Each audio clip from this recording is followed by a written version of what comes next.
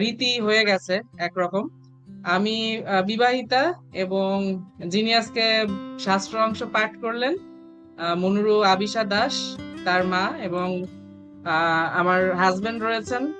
আমাদের পরিবারের জন্য প্রার্থনা করবেন যেন আমরা বিশ্বস্ত সহকারে প্রভুর পক্ষে কাজ করতে পারি, এবং প্রভু যেভাবে চায় সেভাবে যেন চলতে পারি, প্রভুর ইচ্ছা যেন বুঝতে পারি।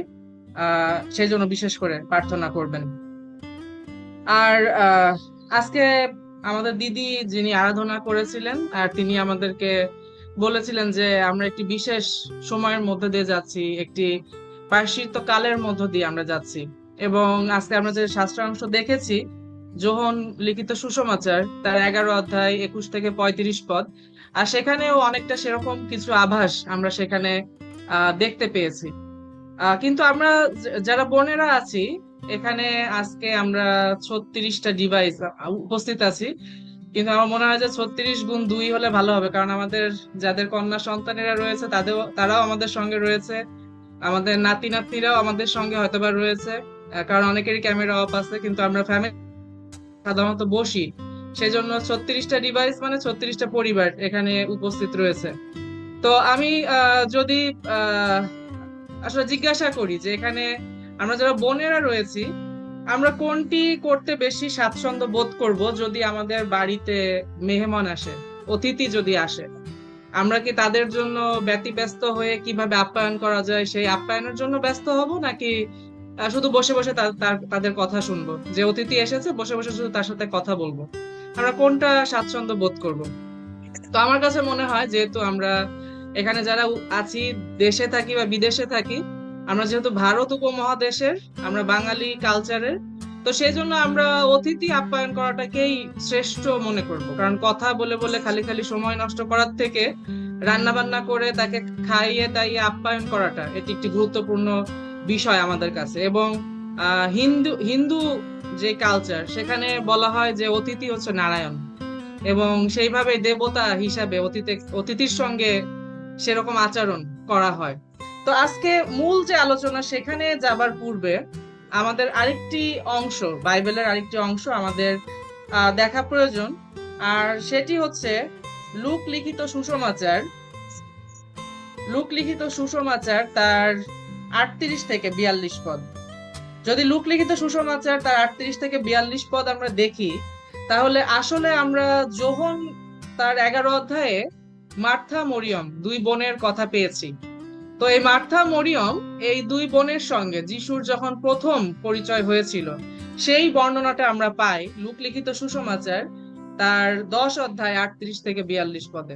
এবং সেখানে আমরা যদি অংশটা পাঠ করি, তাহলে সেখানে আমরা দেখতে পাই যে যিশু তার 12 জন শিষ্য সহ মার্থা এবং মরিয়মের যে গ্রাম বৈথনিয়াতে উপস্থিত হয়েছিলেন, এবং মার্থা এবং মরিয়মের বাড়িতেই তারা আতিথ্য গ্রহণ করেছিলেন। এবং যেহেতু আতিথ্য গ্রহণ করেছিলেন, তাহলে বুঝতে পারতেছেন যে যিশুর সঙ্গে যেহেতু 12 জন শিষ্য, এবং যিশু নিজে একজন, মোট 13 জন, এবং সেই সঙ্গে মার্থা মরিয়ম এবং তাদের ভাই লাসার, তো মোটামুটি তো কম করে হলেও 15 জনের রান্না বান্না। এবং সেই জন্য আমরা দেখি যে মার্থা তিনি রান্না বান্না নিয়ে খুব ব্যস্ত ছিলেন, যে কিভাবে তাদেরকে আতিথ্য করা যায়। এবং মরিয়ম তিনি যিশুর পায়ের কাছে বসে বসে যিশুর কাছে কথা শুনছিলেন।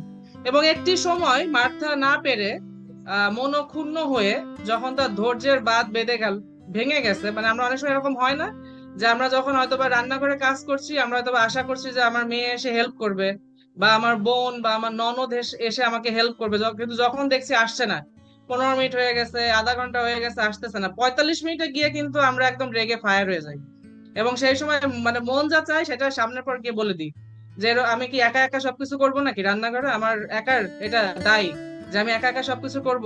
তো মার্থারও কিন্তু সেরকম একটা অবস্থা হয়ে গেছে। যখন তার ধৈর্যের বাঁধ ভেঙে গেছে, তখন সে যিশুর কাছে গিয়ে অভিযোগ করতেছে যে কেন মরিয়ম খালি এখানে বসে কথা শুনতেছে, তার কি কাজ করার কোনো দরকার নাই? আমি কি সবকিছু একা একা করব? এত মানুষের রান্না বান্না খাওয়া দাওয়া এগুলো কি আমি একা একা করব? এবং যিশু তা যেটা বলেছিলেন, উত্তর করে যিশু বললেন, আমরা যদি 41 পদ দেখি, তাহলে সেখানে বললেন, মার্থা মার্থা, তুমি অনেক বিষয়ে চিন্তিত ও উদ্বিগ্ন আছো, কিন্তু অল্প কয়েকটি বিষয়, বরং একটি মাত্র বিষয় আবশ্যক। বাস্তবিক মরিয়ম সেই উত্তম অংশটি মনোনীত করিয়াছে, যাহা তাহার নিকট হইতে লওয়া যাইবে না। যিশুও বললেন যে তুমি উদ্বিগ্ন আছো অনেকগুলো বিষয় নিয়ে, এই রান্না কিভাবে হবে, ওইটা কিভাবে হবে, কোথায় খেতে দেবো, থালা বাসন এখনো ধোয়া হয়নি, এটা কিভাবে পরিবেশন করলে ভালো হবে যাতে অতিথি অখুশি না হয়। অনেক বিষয় নিয়ে তার চিন্তা, এবং সে উত্তেজিত হয়ে গেছে, উদ্বিগ্ন হয়ে গেছে। কিন্তু মরিয়মের লক্ষ্য কিন্তু শুধু একটা জায়গাতে, সেটা হচ্ছে প্রভুর বাক্য শোনা। এবং প্রভুর বাক্য শোনার জন্য সে একেবারে মনোনিবেশ করে বসে আছে। এবং প্রভু যীশু খ্রিস্ট তিনি বলছেন যে সে যেটা করছে সেটা তার কাছ থেকে কখনো নিয়ে নেওয়া হবে না। আমরা যখন যেভাবে জ্ঞান আরোহণ করি না কেন, বই পড়ে হোক বা কারো কথা শুনে হোক, বাক্য প্রচার শুনে হোক, যেহেতু প্রভু যীশু খ্রিস্ট এখন আমাদের মাঝে নাই, তিনি স্বর্গে রয়েছেন, তো সেই জন্য আমরা কিন্তু সেই জ্ঞান যেটা আরোহণ করি সেটা কিন্তু আমাদের কাছ থেকে কেউ কেড়ে নিতে পারে না, সেটা আমারই থেকে যায়। এবং প্রভু যীশু খ্রিস্ট সেটাই বললেন যে যেহেতু মরিয়ম মন দিয়ে বাক্য শুনছে, তাই মরিয়মের কাছ থেকে সেই বাক্য কেড়ে নেওয়ার কোনো সুযোগ কারো নাই, তার কাছে সেটা থেকে যাবে, অমূল্য সম্পদ হিসেবে থেকে যাবে। কিন্তু খ্রিস্টানদের প্রিয় বোনেরা, এইটা আবার কেমন মনে হয় যে যদি একজন অতিথি আসলো, আমরা শুধু বসে বসে তার সাথে কথাই বললাম, কিন্তু তাকে আপ্যায়ন করবার মতো কোনো আগ্রহ আমার মধ্যে নাই, কোনো উদ্বেগ আমার মধ্যে নাই, আমি নিরিবিলি চুপচাপ বসে তার সাথে শুধু গল্পই করতেছি, এটাও কিন্তু আবার ঠিক নয়। সেটাও আমরা দেখবো, বাক্যাংশে আমরা সেটাও দেখবো। আমরা যদি যোহন লিখিত সুসমাচার তার 12 অধ্যায় 1 থেকে 10 পদ পর্যন্ত যদি আমরা দেখতাম, 1 থেকে 10 পদ পর্যন্ত, অথবা আমরা যদি 1 থেকে 3 পদ পর্যন্তও দেখি, তাহলে সেখানে কিন্তু আমরা আবার এই ঘটনার বিপরীত ঘটনা দেখতে পাই। এবং যোহন লিখিত সুসমাচার তার 12 অধ্যায় 1 থেকে 3 পদে যে ঘটনা ঘটেছে, এই ঘটনার মাঝখানে কিন্তু আর একটা বড় ঘটনা ঘটে গেছে। এবং সেই ঘটনা ঘটে যাওয়ার পরে প্রভু যীশু খ্রিস্ট আবারও মার্থা, মরিয়ম এবং লাসারের বাড়িতে গিয়েছিলেন, এবং তার শিষ্যদের সহ আবারও। কিন্তু এই সময়ে মার্থার আচরণ কিন্তু সম্পূর্ণ ভিন্ন। কেমন? এই সময়ে কিন্তু মার্থা নিজেই সব কাজ করছেন, তিনি নিজে সবকিছু পরিচর্যা করে প্রভু যীশু খ্রিস্টকে বা তার শিষ্য যারা রয়েছেন সাথে তাদেরকে আতিথ্য করছেন। এবং সেই সময়ে মরিয়ম একটি গুরুত্বপূর্ণ কাজ করেছেন, তিনি বহুমূল্য জটা মাংসির সুগন্ধি প্রভু যীশু খ্রিস্টের পায়ে ঢেলে দিয়েছেন। এবং এটি খুবই মূল্যবান সেই সময়কার। যদি এই যেই পরিমাণ সুগন্ধি প্রভু যীশু খ্রিস্টের পায়ে ঢেলেছিলেন, সেই সুগন্ধি বিক্রির টাকা দিয়ে সেই সময়ে একজন দরিদ্র মানুষের 6 মাসের খাওয়া পড়া হয়ে যেত। তো সেই মূল্য সমমূল্য অর্থের সেই বহুমূল্য সুগন্ধি মরিয়ম প্রভু যীশু খ্রিস্টের পায়ে ঢেলে দিলেন। কিন্তু এই সময় মার্থা কোনো অভিযোগ কিন্তু করলেন না, বরঞ্চ মার্থা মরিয়মকে আরো সাপোর্ট করলেন। কেন? সে কেন জানার জন্য আমাদের মাঝখানের ঘটনাটা জানাটা খুব গুরুত্বপূর্ণ বিষয়। সেটি হচ্ছে যোহন লিখিত সুসমাচার তার 11 অধ্যায়। যোহন লিখিত সুসমাচার 11 অধ্যায়ে আমরা দেখতে পাই যে প্রভু যীশু খ্রিস্ট তিনি অলরেডি বৈথনিয়া থেকে তিনি চলে গিয়েছেন, এবং তিনি কোনোভাবে খবর পেয়েছেন যে মার্থা, মরিয়ম এবং তাদের যে ভাই লাসার, সে লাসার দীর্ঘদিন অসুস্থ থাকার পরে তিনি শয্যাশায়ী ছিলেন এবং তারপরে তিনি মৃত্যুবরণ করেছেন। কিন্তু প্রভু যীশু খ্রিস্ট আসলে ইচ্ছা করে, আমরা যদি প্রথম থেকে দেখতাম, যেহেতু এটা অনেক দীর্ঘ একটি পাঠ, সেই জন্য আমরা সম্পূর্ণ পাঠ করা আমাদের সম্ভব নয়, কিন্তু আমরা ব্যক্তিগত পাঠের সময় আমরা এটি পাঠ করে দেখতে পারি। এবং আমরা প্রথম থেকে যদি দেখি যে তিনি ইচ্ছা করে কি করলেন, দেরি দেরি করে সেখানে আসতে চাইলেন। এবং যখন লাসার মারা গেছে তার 2 দিন পর্যন্ত তিনি কি করছে, অপেক্ষা করছে। এবং 2 দিন পরে গিয়ে তিনি শিষ্যদেরকে বলতেছে, আচ্ছা চলো আমরা আবার বৈথনিয়াতে যাই, জিউদিয়াতে গিয়ে আমরা সেখানে যাই। এবং শিষ্যরা তাকে কিন্তু নিষেধ করছে যে ওইখানে তো যাবেন, ওইখানে তো আপনার পাথরের মার খাওয়ার সম্ভাবনা আছে, আবার যাওয়ার কি দরকার। তো উনি বলছেন যে না, আমাদের ওইখানে যাওয়ার দরকার আছে। কিসের দরকার আছে? তো সেইটা তিনি বলছেন যে ঈশ্বরের গৌরবের নিমিত্ত, যেন ঈশ্বরের পুত্র ইহা দ্বারা গৌরবান্বিত হন। এটা বলা আছে যোহন লিখিত সুসমাচার তার 11 অধ্যায় 4 পদের শেষাংশে এই কথা বলা আছে। ঈশ্বরের গৌরব করবার জন্য তিনি যে যাইতে চেয়েছেন। এবং আমরা যদি দেখি 17 পদে, আর সেখানে লেখা আছে যে লাসার তখন 4 দিন কবরে আছেন, তখন অলরেডি 4 দিন হয়ে গেছে। এটি বর্তমান সময়ে এই 2026 সালেও সুইজারল্যান্ডে এরকম বিষয় এখনো চালু আছে, এই প্রথা। তারা কেউ মারা গেলে পরে 4 দিন পর্যন্ত একটি বিশেষ রুমে রেখে দেয়, 4 দিন পরে গিয়ে তারা কবর দেয়। এবং এটার একটা বৈজ্ঞানিক ব্যাখ্যা আছে, কারণ 4 দিন পর্যন্ত মানুষের শরীরে সম্ভাবনা থাকে, যদি সে সত্যিকার অর্থে মারা গিয়ে না থাকে তাহলে তার আবার কাম ব্যাক করার সম্ভাবনা থাকে। আর এই জন্য সুইজারল্যান্ডে এই প্রথা চালু আছে, তারা 4 দিন একটা বিশেষ ঘরে মৃত ব্যক্তিকে রেখে দেয়, যদি এর ভিতরে সে কাম ব্যাক করলো অথবা 4 দিন পরে তাকে সম্পূর্ণ মৃত বলেই ঘোষণা করা হবে এবং তারপরে তাকে কবর দেওয়া হবে। আর এই বিষয়টা কিন্তু বাইবেল থেকেই নেওয়া। এবং বাইবেলে প্রভু যীশু খ্রিস্ট তিনিও দেখেন 4 দিন পর্যন্ত অপেক্ষা করছে, কারণ যেন সেইখানে ঈশ্বরের গৌরব হয়। ঈশ্বরের কি গৌরব হবে সেইখানে? ঈশ্বরের এই গৌরব হবে, আমরা এই অধ্যায়ে দেখতে পাই যে কিছু লোক তারা বলছে 35 পদের শেষে গিয়ে যে এই লোক না তিনি যিনি অন্ধকে দেখবার সুযোগ করে দিয়েছিলেন?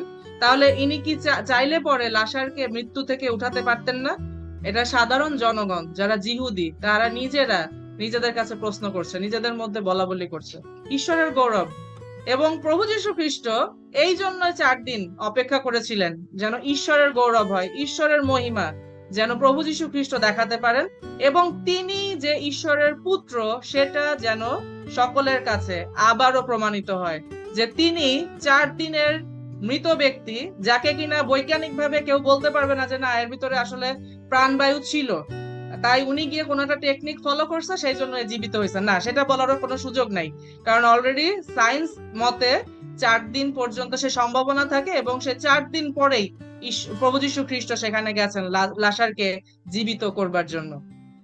এবং তিনি সেখানে যখন গেছেন, এবং আমরা এখানে দেখতে পাই 35 পদে ছোট্ট একটা কথা, যিশু কাঁদলেন।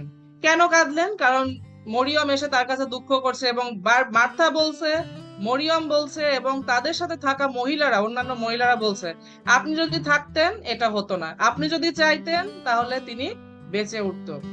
এবং প্রভু যীশু খ্রিস্ট সেই সময় কেন কেঁদেছেন এটা কি আমরা বলতে পারি?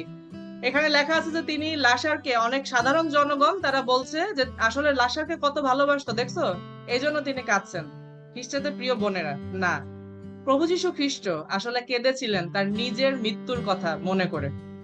এবং প্রভু যীশু খ্রিস্ট এই 4 দিন অপেক্ষা করেছিলেন এটা প্রমাণ করবার জন্য যে তিনি শুধুমাত্র ঈশ্বরের প্রিয় পুত্র সেটাই নয়, তিনি নিজেও মৃত্যুবরণ করবেন, তিনি নিজেও 3 দিন কবরে থাকবেন, এবং তিনি নিজে 3 দিন পরে আবার পুনরুত্থিত হবেন।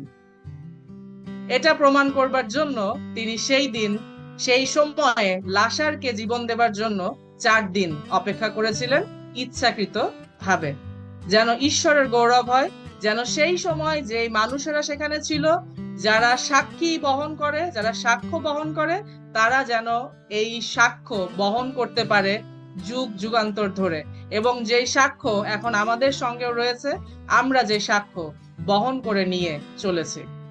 খ্রিস্টদের প্রিয় সুধী, প্রভু যীশু খ্রিস্ট তিনি অপেক্ষা করেছিলেন যেন ঈশ্বরের গৌরব হয় তার কাজের মধ্য দিয়ে, এবং তিনি তার নিজের জীবন ক্রুশে দিয়েছিলেন যেন আমরা পাপ থেকে মুক্তি পাই। এখন আমাদের কাছে কি মনে হয় যে আমরা যেহেতু কিছু খ্রিস্ট বিশ্বাসী আছে, আমি আমার নিজের অভিজ্ঞতা থেকে আমি বলতে চাই, বিশেষ করে যারা ইয়াং জেনারেশন, তাদের মধ্যে অনেক সময় এরকম একটা দুষ্টামি দেখা যায়, সেটা হচ্ছে যে আমাদের যা খুশি, আমাদের যা ইচ্ছা আমরা পাপ করব, রিল্যাক্সে পাপ করব। কেন? কারণ প্রভু যীশু খ্রিস্ট তো আমাদের পাপের জন্য ক্রুশে মরণ ভুগেছেন, তো আমরা পাপ করলেও কোনো সমস্যা নেই, আমাদের তো সব পাপের ক্ষমা এমনিই হয়ে যাবে। খ্রিস্টদের প্রিয় সুধী, যেহেতু আমরা মায়েরা, আমাদের দায়িত্ব রয়েছে যেন আমরা আমাদের সন্তানদেরকে সঠিক পথ দেখাতে পারি, আমরা নিজেরাও যেন সঠিক পথে চলতে পারি। প্রভু যীশু খ্রিস্ট ক্রুশে জীবন দিয়েছেন আপনাকে, আমাকে, আমাদেরকে পাপ থেকে মুক্ত করবার জন্য, কিন্তু এর অর্থ এই নয় যে আমি কন্টিনিউয়াসলি একটা পাপের সঙ্গে চলতেই থাকবো, চলতেই থাকবো। আমার জীবনে কোনো পরিবর্তন আসবে না, আমি পাপ থেকে দূরে সরে আসবো না, আমি পবিত্রভাবে জীবনযাপন করব না, এটা করার জন্য নয়। যেহেতু প্রভু যীশু খ্রিস্ট ঈশ্বরের গৌরব করেছেন, তার নিজের জীবনের মধ্য দিয়ে তিনি তার বেঁচে থাকার সময় তার অলৌকিক কাজের মধ্য দিয়ে তিনি প্রমাণ করেছেন তিনি প্রভু যীশু খ্রিস্ট, তিনি ঈশ্বরের প্রিয় পুত্র, এবং ফাইনালি তিনি তার মৃত্যু এবং তার পুনরুত্থানের মধ্য দিয়ে, স্বর্গারোহণের মধ্য দিয়ে প্রমাণ করেছেন তিনি ঈশ্বরের প্রিয় পুত্র। এবং আমরা অপেক্ষায় আছি তার দ্বিতীয় আগমনের, যখন আমরা আরো নিশ্চিত, আরো একেবারে দৃঢ় বিশ্বাসী আমরা এখনো যে তিনি ঈশ্বরের প্রিয় পুত্র, এবং সেই সময় আমরা তার সঙ্গে ঈশ্বরের গৌরব প্রশংসা আমরা করব। আর সেই জন্য আমাদের উচিত যেন আমাদের জীবনে যে ছোটখাটো পাপগুলো আছে, যে ভুলগুলো আছে, যেগুলো বারবার আমাকে পীড়ন দিচ্ছে, সেই জায়গা থেকে যেন আমি বের হয়ে আসি। আজকে মার্থা এবং মরিয়মের বিষয় আমরা পড়েছি, আমরা জেনেছি, কিন্তু আজকে আমি বলতে চাই এই 2026 সালে এসে আমাদের জীবনের জন্য আসলে কোনটা ভালো হবে। আমি যখন ভাবছিলাম, তখন আমি ভাবছিলাম যে আসলে দুইটাই যদি আমার জীবনে থাকে তাহলে সব থেকে ভালো হবে। আমি অতিথিকে সেবাও করব, আমি ঈশ্বরের বাক্যও আমি শুনবো মনোযোগ সহকারে। দুইটা যদি থাকে, মার্থা এবং মরিয়ম আসলে যদি একসাথে হয়ে যায় তাদের মন মানসিকতা, সেটা যদি আমরা ধারণ করতে পারি তাহলে সেটা আমাদের জন্য সব থেকে বেশি ভালো হয়। সেটা আমরা কিভাবে করতে পারি? খ্রিস্টানদের প্রিয় বোনেরা, এটিও আমি আমার বাস্তব অভিজ্ঞতা থেকে আমি বলতে চাই। আমি এমন কিছু মহিলাকে চিনি যারা রবিবার দিন গির্জা করে ফিরে এসে বা ফেরার পথে, গির্জা থেকে বাড়িতে ফেরার পথে তারা পথেই আলোচনা শুরু করে দেয়, দেখছো আজকে অমুকে কি ড্রেস পরে গেছে, এই ড্রেসটা এরকম পরা ঠিক হয়েছে, দেখছো আমার সাথে কেমন ভাবে কথা বলছো। এইভাবে কেউ কারোর সাথে কথা বলে? দেখো আগামী রবিবার আমি কি করি ওর সাথে। যখন আবার রান্না করতেছি ঘরে এসে ওইটা মাথায় ঘুরতেছে যে এইটা করছে, ওইটা করছে, এরকম করলে ভালো হইতো, আমি আজকে এখন একটা নর্মাল ড্রেস পরে গেছি, ওর মতো দামি ড্রেস পরে গেলে ভালো হইতো, আগামী রবিবার আমি দেখো কি করি। এটা ঈশ্বর চান, এটার জন্য প্রভু যীশু খ্রিস্ট মারা যাননি। আমি যদি গির্জার থেকে ফিরে এরকম চিন্তা ভাবনা করি তাহলে আমার ওই গির্জাতে 2 ঘন্টা বসে থাকাটাই বৃথা হয়েছে, আমার গির্জাতে যাওয়ারই দরকার ছিল না, ঘরে বসে থাকলে ভালো হইতো। খ্রিস্টের প্রিয় বোনেরা, আমাদের এই যে ছোট ছোট জায়গাগুলো, এই জায়গাগুলো আমাদের পরিবর্তন করা প্রয়োজন রয়েছে। আমরা কিভাবে অতিথিকেও সেবা করতে পারি, আবার ঈশ্বরের বাক্যও শুনতে পারি। এখন বর্তমানে আমাদের কাছে প্রযুক্তি রয়েছে, প্রযুক্তি যেমন খারাপ দিক আছে, প্রযুক্তির ভালো দিকও আছে। যেমন অলরেডি আমরা ভালো দিকটাই ব্যবহার করছি জুমের মাধ্যমে, ঠিক তেমনি ভাবে আমি যখন অতিথির জন্য রান্না করছি তখন আমি আমার মোবাইলে বা আমার ইলেকট্রনিক্স ডিভাইসে আমি যিশুর বাক্য শুনতে পারি, তখন আমি একটা গান শুনতে পারি, আরাধনা গান, রান্না করতে করতেও আমি সেটা শুনতে পারি। আমার ওই শোনার কাজটা হয়ে গেল। আমি যখন ওই বাক্যটা শুনতেছি রান্না করতে করতে, আমি ধ্যানও করতে পারি রান্নার সঙ্গে সঙ্গে। যখন আমি এই প্র্যাকটিসটা করব তখন ওই আমার মাথার কাছ দিয়ে যে অন্যান্য খারাপ চিন্তাগুলো ঘুরে, অন্যদের বিষয়ে হিংসা, অন্যদের জিনিস নিয়ে লোভ, অন্যদের বিষয় নিয়ে খারাপ সমালোচনা, সমালোচনা আমরা করব ইতিবাচক ভাবে, নেতিবাচক ভাবে না। সেই বিষয়গুলো থেকে, সেই বিষয়গুলোকে দূরে রেখে ঈশ্বরের বাক্যকে আমরা কাছে রাখতে পারি। একটু আগে আমরা বলেছি এবং আমরা বিভিন্ন জুমে এবং আমরা সব সময় আমাদের গির্জা প্রার্থনাতে এই একটি বিশেষ মাস 40টা দিন আমরা পার করছি, প্রায়শ্চিত্তকাল। আমাদের যারা সংখ্যা গরিষ্ঠ লোকেরা রয়েছে আমাদের চারিপাশে, তাদের থেকে আমরা কিন্তু ভিন্ন, তাদের থেকে আমাদের উপবাসের ধরন ভিন্ন, আমাদের সমস্ত কিছু ভিন্ন, আমাদের বিশ্বাস, আমাদের সমস্ত কিছু ভিন্ন, কিন্তু আমাদের 100% নিশ্চয়তা আছে যে আমরা অনন্ত জীবন লাভ করেছি। কিন্তু তাদের 100% নিশ্চয়তা নাই যে তারা অনন্ত জীবন লাভ করেছে। আর সেই জন্য খ্রিস্টানদের প্রিয় বোনেরা, বলতে চাই আমি এটা, যে আমরা অনেকভাবে নিজেদেরকে শারীরিক কষ্ট দিতে পারি উপবাস থাকার মাধ্যমে বা বিভিন্ন ভাবে, কিন্তু সবকিছুই বৃথা হবে যদি 40 দিন পরে গিয়ে আমার 40 দিন আগে যে পুরানো স্বভাবগুলো ছিল খারাপ, সেই স্বভাবগুলো 40 দিন পরেও আছে। তাহলে এই মাঝখানে 40 দিনের যে কষ্ট করা, এত কিছু ত্যাগ করা, সবকিছুই বৃথা হয়ে যাবে। সেই জন্য আমরা নিজেদেরকে পরিবর্তন করতে চাই বাক্যের আলোকে। দেখেন মার্থা কিন্তু নিজেও নিজেকে পরিবর্তন করেছে। আমরা যখন লুক লিখিত সুসমাচার পড়লাম তখন মার্থা কিন্তু অভিযোগ করেছিল, কিন্তু যখন মার্থা প্রভু যীশু খ্রিস্টকে চিনতে পেরেছে, জানতে পেরেছে, বুঝতে পেরেছে এবং নিজের মুখে স্বীকার করেছে যে আপনি ঈশ্বরের পুত্র, নিজের মুখে কিন্তু স্বীকার করছে, এটাও আমরা দেখছি যোহন লিখিত সুসমাচার 11 অধ্যায় দেখছি। তো সেই জন্য তিনি যোহন লিখিত সুসমাচার তার 12 অধ্যায়ে এসে তিনি কিন্তু আর কোনো অভিযোগ করছেন না সেখানে যে ঘটনা আছে। তিনি বরঞ্চ মরিয়মকে আরো উৎসাহিত করছেন যেন মরিয়ম অনেক মূল্যের, অনেক অর্থ দিয়ে কেনা সেই জটা মাংসী সুগন্ধি প্রভু যীশু খ্রিস্টের পায়ে ঢেলে দেন, সেটার জন্য তাকে উৎসাহিত করেছে। ঠিক তেমনি ভাবে মার্থা যেমন নিজেকে পরিবর্তন করেছিলেন, খ্রিস্টানদের প্রিয় বোনেরা, আজকে আমরাও নিজেদেরকে পরিবর্তন করতে চাই। আমাদের মধ্যে যদি ছোট ছোট কোনো অন্যায়, কোনো ভুল থেকে থাকে, যদি আমার চোখে পড়ে যে না আসলে এটা বাক্যে আমি শুনছি, আসলে এটা আমার ভুল, এটা এখান থেকে আমি দূরে সরে আসতে পারি, আমি আমার নিজেকে ব্যস্ত রাখতে পারি প্রভুর বিষয় নিয়ে। এবং এখন অনেক বাইবেলও আছে যেগুলো অডিও আমরা শুনতে পারি। শুধু যে প্রচার শুনতে হবে সেটা না, আপনি যদি বাইবেল পড়তে পারতেছেন না, আপনি রান্না করার সময় বাইবেলটা ছেড়ে দেন, অডিও যেটা আছে সেটা যদি আপনি অন করেন, আপনার পড়ার কাজটা হয়ে গেল, আপনি শুনতেছেন এবং সেটা আপনার আরো বেশি সময় মনে থাকবে যখন আমরা শুনি। আমরা এইভাবে করে নিজেদেরকে পরিবর্তন করতে পারি। তাই খ্রিস্টানদের প্রিয় সুধী, আজকে আমি এই কথা বলে শেষ করতে চাই যে আমরা আরো একটিবার সুযোগ পেয়েছি যেন আমরা সেই প্রায়শ্চিত্তকাল আমরা পালন করতে পারি। প্রভু যীশু খ্রিস্টের ক্রুশে মৃত্যু ভোগের যে যন্ত্রণা, সেটা আসলে আমাদের পক্ষে 100% উপলব্ধি করা সম্ভব না। কারণ কি, সাধারণ কথাতেই আছে যে যদি কারো বাবা মা মারা যায় আমরা তখন সান্ত্বনা দিতে পারি, কিন্তু যার বাবা মারা গেছে সেই কিন্তু জানে যে বাবা মারা যাওয়ার কষ্টটা কতখানি, যার মা মারা গেছে সেই জানে যে মা মারা যাওয়ার কষ্টটা কতখানি। তাই প্রভু যীশু খ্রিস্ট যে কষ্ট ক্রুশে ভোগ করেছেন, সেটা কিন্তু প্রভু যীশু খ্রিস্টই জানেন যে সেই কষ্টটা ভোগ করা কতটা কষ্টের। কিন্তু সেটা আমরা আংশিক ভাবে শুধুমাত্র উপলব্ধি করবার চেষ্টা করি যে এত কষ্ট, আমাকে যদি ক্রুশে ঝুলায় রাখা হতো, আমার মাথায় যদি কাটার মুকুট থাকতো, আমার পিপাসা লাগছে, আমাকে যদি তিতা রস খাওয়ানো হতো, আমার কি অবস্থাটা হতো, এটা আমরা উপলব্ধি করার চেষ্টা করি। এই সমস্ত কিছু আমরা করব এবং সেই সঙ্গে আমরা চেষ্টা করব যেন আমাদের মধ্যে ছোট ছোট যে সমস্ত ভুল ভ্রান্তি, পাপ, অন্যায় রয়েছে সেইখান থেকে ফিরে এসে আমরা যেন প্রভুর পক্ষে নিজেদেরকে উপযুক্ত ভাবে গড়ে তুলতে পারি।